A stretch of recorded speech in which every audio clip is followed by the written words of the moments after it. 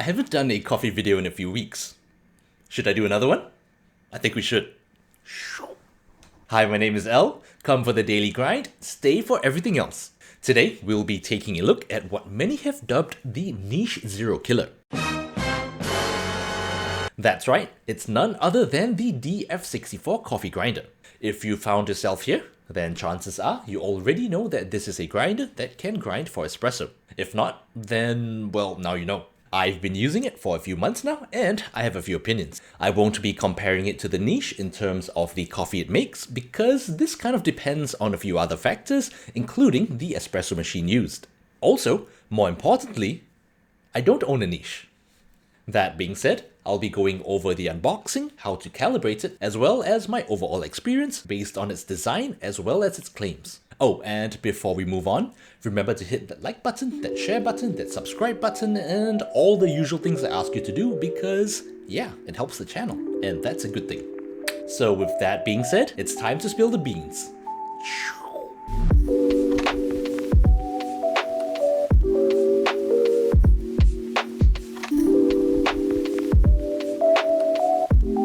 So right out of the box, the DF64 comes with fairly few components. The grinder itself, the bellow, a dosing cup, and the instruction booklet. The cover for the bellow comes attached to the grinder itself. I guess this is useful for when you want to store it without the bellow for some reason. That being said, there are a few things you can do before using it.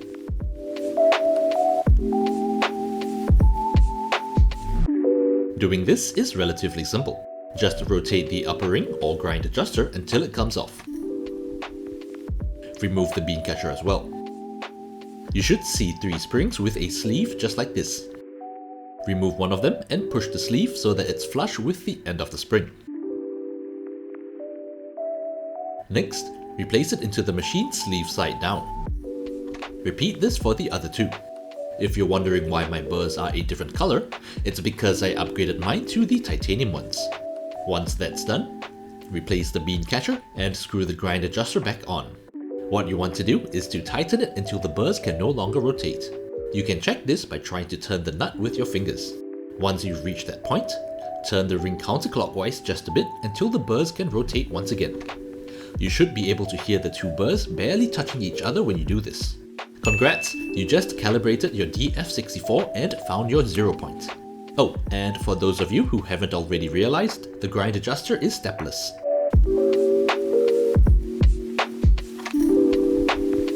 Trying to figure out which grind setting you're on can be quite tricky, so it helps if you have some sort of indicator or some sort of mark.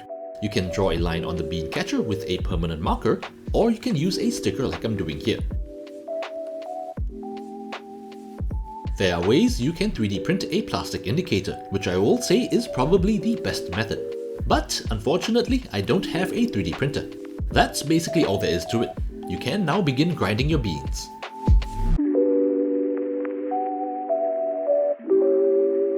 The process of grinding is also relatively simple.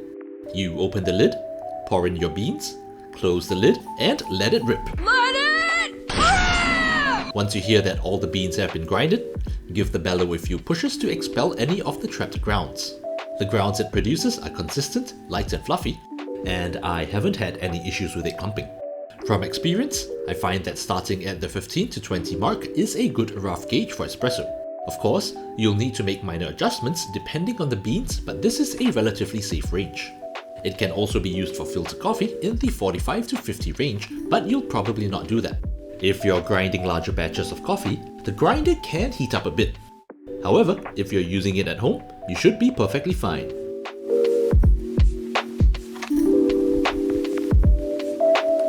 I will say that using the DF64 has been an absolute joy.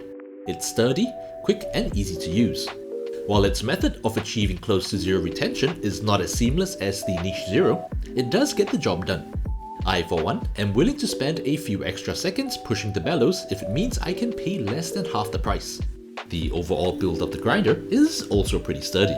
It weighs about 6.5 kilograms, which makes my Wilfar feel like a toy in comparison. It's also mostly made out of metal, which makes it feel a bit more premium. In a similar vein, the lid is made of metal and has a good weight to it, which is surprising because I expected it to be made of plastic. It also pops out of the bellow with relative ease, which is pretty nice.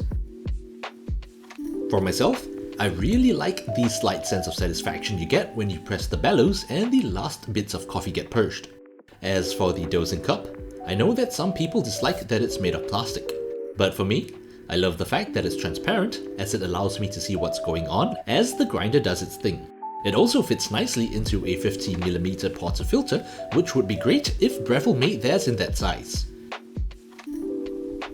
As for the noise it makes, well, I actually find that it's somehow quieter than a Wilfer, and it probably won't wake up your neighbors if you're using it in the morning.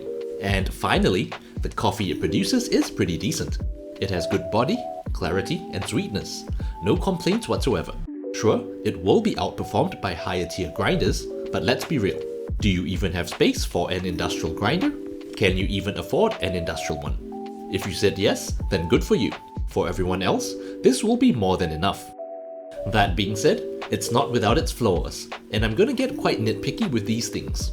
Firstly, the dosing cup doesn't come with a cover or any sort of lid. I would have preferred if they provided some way of covering it, especially when it's not in use. My workaround is by simply covering it with a bowl. Not very beautiful, but it works. Similarly, it does have a slight popcorning issue. If this doesn't bother you, then you're good to go. The grinder does have a wider range of settings, but objectively, the usable range for both filter and espresso isn't very large.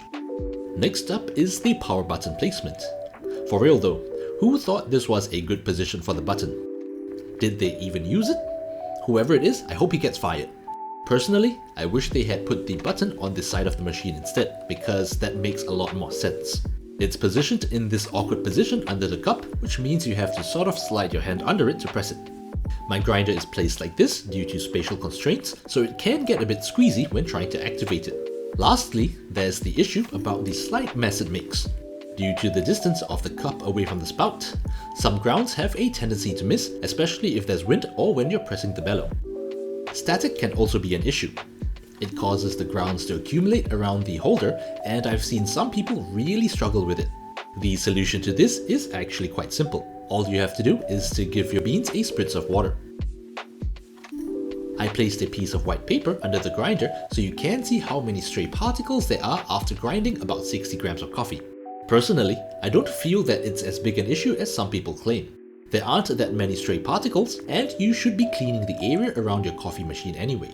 So yeah, basically those are my thoughts and opinions on the DF64. Overall, despite the minor inconveniences, I'm actually still pretty happy with it. It lives up to its claims, produces grounds that translate into good coffee, and is so much cheaper than the Niche Zero. At its price point, it's actually cheaper than some of the bigger brands such as Baratza, Wilfa, or even Breville. Keep in mind that we are talking about grinders that can competently grind for espresso. If you're more of a filter coffee kind of person, then the grinders in that range tend to be a lot cheaper. But that's for another video, because that's all for today, my friends. I'll see you all next week or the week after for a video just like this. In the meantime, if you want to follow me on my socials, links to everything can be found in the description.